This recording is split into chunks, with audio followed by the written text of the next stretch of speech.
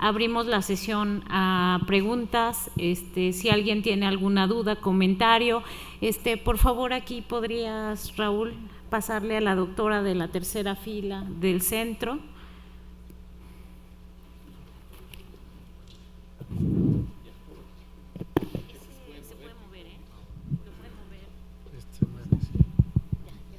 Gracias. Soy la doctora María del Carmen Cárdenas Aguayo, de la Facultad de Medicina de la UNAM, y tengo una duda para el doctor Ismael Santamaría sobre el microRNA que está estudiando. Me parece muy interesante saber que también puede regular a la molécula GSK3 beta, que sabemos que regula el estado de fosforilación de tau, y me interesa saber si han hecho estudios del nivel de fosforilación de tau cuando sobreexpresan este microRNA o cuando lo disminuyen. Sí, es una cosa, gracias por la pregunta, es una cosa que me ha faltado enseñar hoy, pero por cuestiones de tiempo no he querido incluir todos los trabajos, pero de hecho estamos haciendo un análisis para ver si efectivamente, no sé, se me oye bien, ¿no? Para ver si todos los epítopos que se fosforilan por esta quinasa están afectados en nuestros modelos en los que quitamos o sobreexpresamos el microRNA. Y te puedo responder que sí, que se ven cambios cuando modulamos la actividad de los microRNAs en sitios específicos que están fosforilados por esta quinasa. Siento a lo mejor no haberlo enseñado hoy, pero sí es el caso. Aquí, por favor, con la doctora Mina. Sí, buenas tardes. Yo soy Mina Königsberg de la Universidad Autónoma Metropolitana. Tengo una duda para el doctor Drucker. Doctor, es que me pareció muy interesante ver que al poner sustratos de la respiración mitocondrial se volvían a, pues vamos a decir como que se volvían a activar las mitocondrias y se veían bien otra vez y se protegía la muerte por excitotoxicidad. Entonces mi pregunta es, bueno, no sé si han visto algo relacionado con la dinámica mitocondrial, porque se me ocurre que a lo mejor al estar poniendo sustratos, las mitocondrias se vuelven a acoplar, en vez de estar fisionadas se fusionan, y al estar todas juntas a lo mejor capturan el calcio, y eso es lo que puede estar haciendo que no se mueran por excitotoxicidad. ¿O cuál sería la razón? Bueno, lo que pensamos es que al estar deficiente la mitocondria que está dañada, el darle más de comer con los sustratos facilita que el resto de la función que tiene funcione mejor, todo el ciclo de Krebs y por supuesto la cadena respiratoria, y por eso entonces el consumo de oxígeno prácticamente se normaliza. La relación con la posibilidad de fusión mitocondrial es muy interesante, y de hecho hemos visto en nuestro modelo de la administración crónica de AMPA que sí cambian la estructura de las mitocondrias, sí parece modificarse la dinámica mitocondrial. Eso es parte de un proyecto que estamos iniciando ahora, ver si de veras se está modificando esa dinámica mitocondrial. Lo que yo no sé es si ese cambio de dinámica y de posible fusión mitocondrial sea lo que repercuta sobre la función. Más bien creo que son cosas independientes. Quizás la fusión mitocondrial sea consecuencia más bien del daño y no como un mecanismo de reparación de la función mitocondrial. Muchas gracias. Vamos a hacer una pregunta allá arriba y luego regresamos aquí abajo, por favor.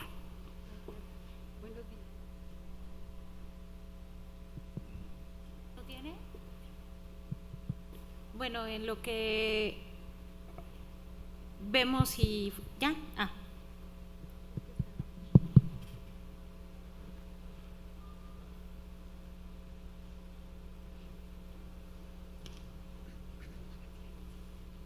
Gracias, buenos días. Doctor Ricardo Tapia, buenos días. Soy María Inés Cerezo y vengo de la UNAM y del DGETI número 10. Mi pregunta es la siguiente. Si la neurona, su principal substrato es el piruvato, a partir de la glucólisis, debe de haber un porqué generar la glucólisis para un buen funcionamiento. Si estamos hablando de una neurona motora, que su principal acción es la estímulo y contracción del músculo, entonces presupongo que el movimiento muscular es el que va a llevar a una mayor actividad y a un mejor funcionamiento de la neurona motora. No sé si es esto. Y la pregunta sería, entonces, si está relacionada la neurona motora con el músculo, el que el músculo se mantenga en actividad se requerirá de un mejor funcionamiento de la neurona motora. Por tanto, la inactividad sería una consecuencia de la normalidad de la neurona motora. Sí, si entendí bien la pregunta, estás sugiriendo que el músculo pueda ejercer un efecto positivo trófico sobre la función neuronal si el músculo se mantiene en movimiento. Sí. No es así, no es así. Se muere la motoneurona y como consecuencia de la motoneurona ya no puede llegar el estímulo por degeneración axonal, entre otras cosas, ya no puede llegar el estímulo al músculo y entonces ya el músculo no se puede contraer. Sin embargo, sí hay por ahí algunas teorías en que dicen que el primer daño en la esclerosis lateral amiotrófica es en el músculo. Hasta donde yo sé, eso no se ha confirmado. Lo que sí se ha encontrado es daño en las mitocondrias del músculo, eso sí se ha encontrado. Pero el mecanismo parece ser originalmente muerte de la motoneurona, en la cual pueden participar la glía también con una muerte que no es el autónomos, como acabamos de oír del doctor Kurt. Pero sí, la causa sí parece ser primero la muerte de la motoneurona por causas, en el 90% de los casos, la ALS esporádica todavía desconocidas. Y lo del piruvato, claro, el piruvato es el final de la glicólisis y ese es el sustrato que entra directamente al ciclo de Krebs. Esto ocurre en todas las neuronas y en todas las células del organismo, no nada más en las motoneuronas, sino en todas las células. En eso no difiere el sistema nervioso de cualquier otra célula del cuerpo. Muchas gracias. Vamos a hacer una pregunta aquí abajo. Por favor, Raúl. Mi nombre es Esther López Reyes, vengo del Instituto Mexicano del Seguro Social, soy médico familiar y ante pues la consulta tan nutrida que tenemos de la tercera edad, yo quería felicitar mucho a la doctora Andrea porque realmente nos ubica en la gran imprecisión, en este metaanálisis que ella hace de los diferentes factores que nos permiten cuantificar en realidad cuál factor es más importante que otro, cómo están estudios europeos contra estudios de Sudamérica e incluso nacionales, cuántos factores se tienen que considerar para plantearse realmente la magnitud del problema de las demencias. A mí me parece esta inquietud de desarrollar instrumentos de medición que nos permitan afinar más las cifras como un trabajo muy importante que tenemos que acelerar porque pues ya tenemos el problema encima, ¿no? Y por otro lado, la gran esperanza que nos da el doctor Kurt con todos estos estudios que pues aún que están en cuestión básica, pero que nos permiten ver que sí hay forma de que podamos quizá en un tiempo, no sé qué tan lejano, tener herramientas para trabajar con estos problemas tan desalentadores que son los neurodegenerativos. Muchas gracias.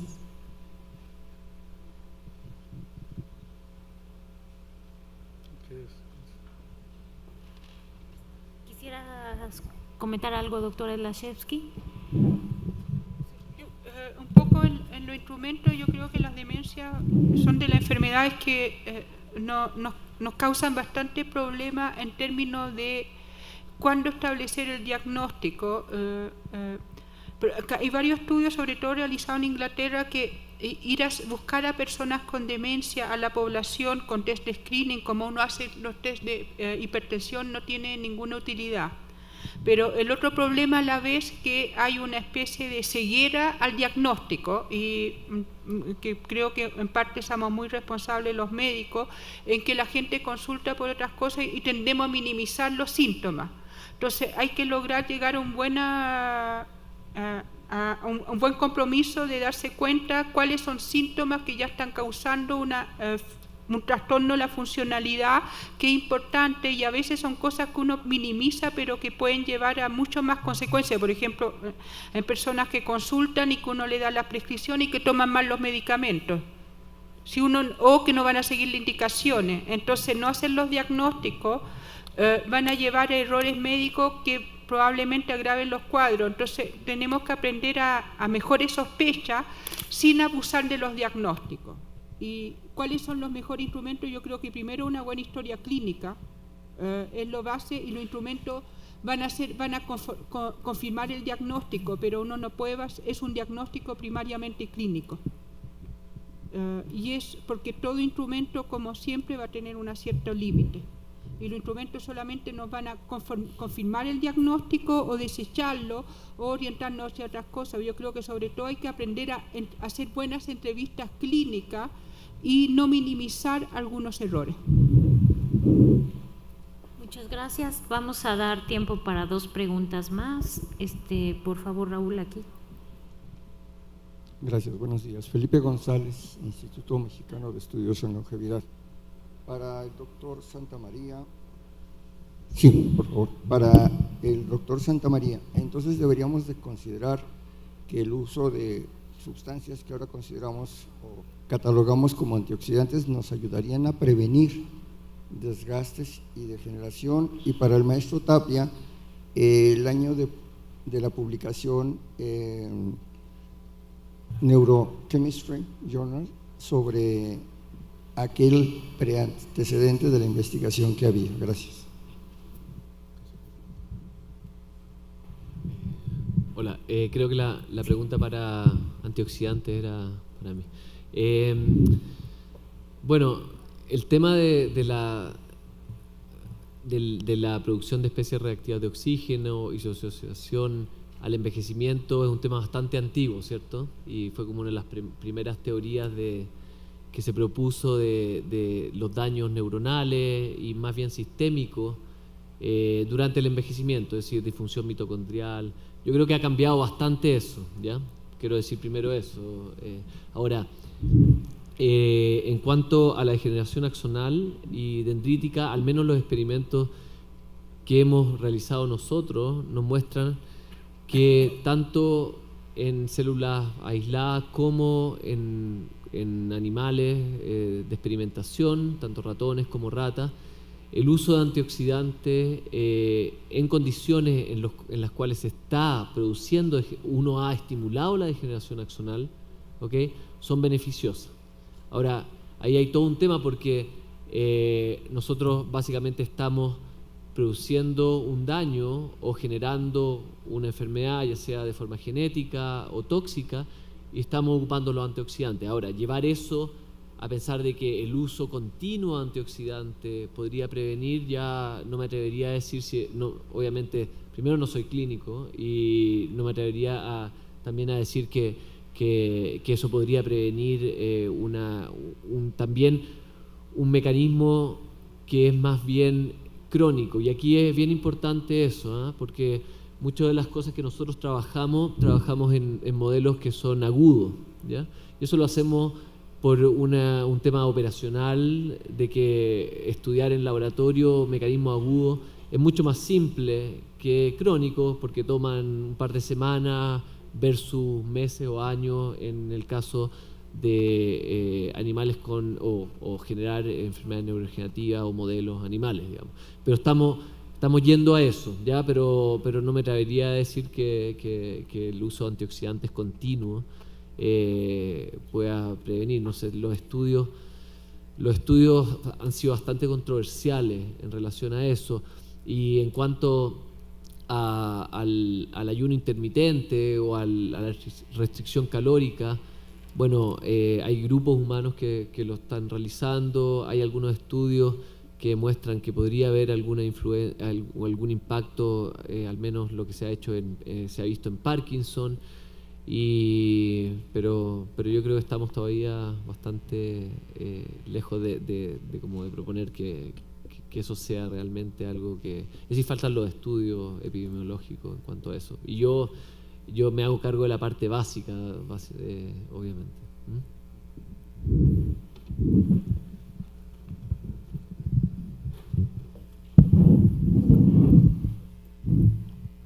En nuestros estudios, en nuestro modelo de esclerosis lateral amiotrófica, como lo mostré, hemos probado varios antioxidantes y ninguno de ellos funcionó tan bien como los sustratos energéticos. De hecho, la creatina, que no tiene nada que ver como antioxidante, pero sí es una fuente energética, también protegió a las motoneuronas. En el caso de la esclerosis lateral amiotrófica se han usado todo tipo de antioxidantes para tratar de retrasar la enfermedad y ninguno funciona, absolutamente ninguno. Otra pregunta muy obvia es entonces ¿por qué no les damos piruvato y les damos mucha glucosa a las pacientes? Pues eso suena muy lógico, pero es improcedente porque todo lo que le demos pues se va a metabolizar en el hígado y no va a llegar como debería. Nosotros estamos metiendo el piruvato directamente en la médula espinal y eso es lo que creemos que ayuda a que las mitocondrias de las motoneuronas puedan reaccionar y más o menos protegerse, y hasta como mostramos, ¿no? No entendí, la pregunta es el año de la publicación de la nuestra. Sí. Es 1995, Journal of Neuroscience Research, pero el último artículo que mostré, donde aparentemente el riluzol sí protege la función cognitiva de estos ratones transgénicos que tienen una tau alterada, ese es del año pasado, 2015, en el Journal of Neurochemistry. Aunque eso del riluzol,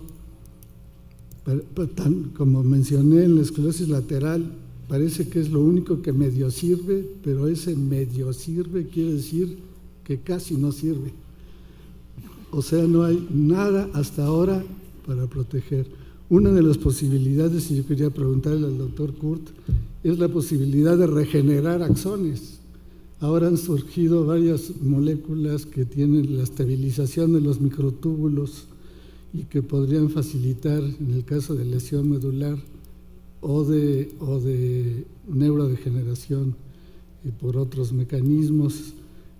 Eso lo están estudiando ustedes también, la epotilona, por ejemplo, ¿no? Que parece que hay un trabajo por ahí que la administración sistémica de la epotilona parece que está buenísima para la regeneración axonal. Eso lo hemos visto de Bradke y claro, ese es algo que también tenemos dentro del proyecto GERO, que es no solo ver la degeneración, porque muchas veces, y ese es un tema de la degeneración, y lo que les cuento es que todos estos tratamientos son tratamientos que se hacen en el momento de hacer el daño o cuando está ocurriendo, y el gran problema de las enfermedades neurodegenerativas es que no tenemos diagnósticos tempranos. Es decir, en Parkinson, por ejemplo, cuando llegan los pacientes con síntomas, ya han perdido el 40 o 50% de las neuronas dopaminérgicas. ¿Ya? Entonces ahí uno dice, ya, ¿y de qué sirve tener una droga que bloquea la degeneración o la apoptosis si es que ya es muy tarde para utilizarla cuando sabemos que hay un problema? Entonces, ahí viene la segunda parte de lo que lo que propusimos, que es estudiar regeneración axonal para reconstituir circuitos que ya se han perdido, es decir, utilizar las neuronas que quedan para que compensen los circuitos perdidos. Y en eso estamos estudiando más que regeneración, que hay varios grupos que están investigando eso, incluyendo este grupo de Bradke, que ha tenido bastantes cosas interesantes, y muchos otros grupos estudiando moléculas, drogas que pueden activar regeneración. Lo que estamos viendo nosotros es un mecanismo un tanto distinto, que es la extensión de ramas colaterales, que se da en neuronas que no están dañadas, ¿ya?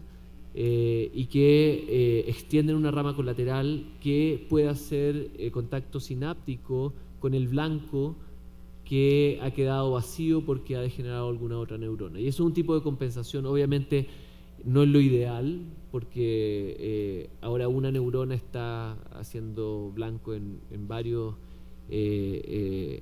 órganos, en varias células, digamos, pero es una forma de reconstituir o de compensar circuitos perdidos. Y eso estamos estudiando y estamos buscando mediante, identificando el transcriptoma asociado a la extensión de colaterales, a diferencia del transcriptoma asociado a regeneración, que parece que son distintos. Estamos buscando cómo lo podemos modular para poder compensar en caso de que haya pérdida neuronal. Muchas gracias. ¿Alguna otra pregunta? Y con esto cerramos. Gracias. Bueno, esta es una pregunta para la doctora Slashevsky y es más bien tal vez cae dentro de los mitos. No sé, luego es común que la gente diga que para prevenir las demencias luego recomiendan como aprender un nuevo instrumento, un nuevo idioma, como nuevos patrones cerebrales, ¿no? Entonces, no sé si han hecho algunos estudios con cortes de migrantes que salieron de un lugar y se desarraigaron totalmente y se fueron a un lugar diferente donde tuvieron que aprender todo diferente, otra vida, otro idioma, otro todo. ¿Hay diferencia en la incidencia en la demencia en esas cortes? ¿O existen siquiera estudios?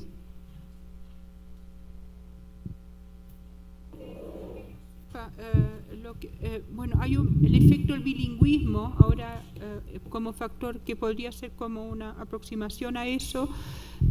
No es contundente. Población inmigrante, efectivamente, hasta donde yo sé, no se ha estudiado. Ahora, es bien complicado la población inmigrante porque en general van a haber un montón de factores confundentes, porque la mayoría, si uno ve la población inmigrante, salvo un pequeño nicho, que más bien la inmigración se produce por relación socioeconómica, entonces muchas veces vamos a encontrar a la vez que son poblaciones que migran, pero a la vez de bajo nivel socioeconómico cultural, entonces aislar el factor inmigración mismo no debe ser muy fácil, pero hasta donde yo sé, no. Sí, los datos con el bilingüismo que son más bien, no hay evidencia contundente, pero se sugeriría un factor protector. Estudios recientes han mostrado, por ejemplo, en India, que hay mucho bilingüismo, que tienen un accidente cerebrovascular, los que son bilingües tienen mejor pronóstico que otros. Que no es demencia, pero es un modelo bien interesante.